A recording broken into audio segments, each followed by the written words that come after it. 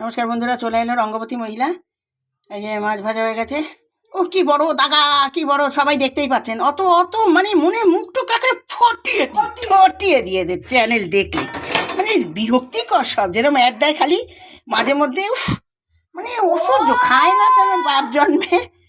সত্যি সব ছেঁচড়ার ভিডিও।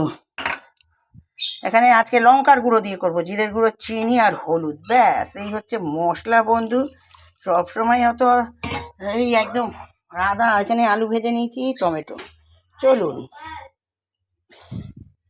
হ্যাঁ, ওমা, গ্যাসই তো জ্বালাইনি, বন্ধ করিয়া দিলাম বন্ধু। চলুন, এই হচ্ছে মশলা, এই দিয়ে আজকে এই রেসিপিটি হইব। ঠিক আছে,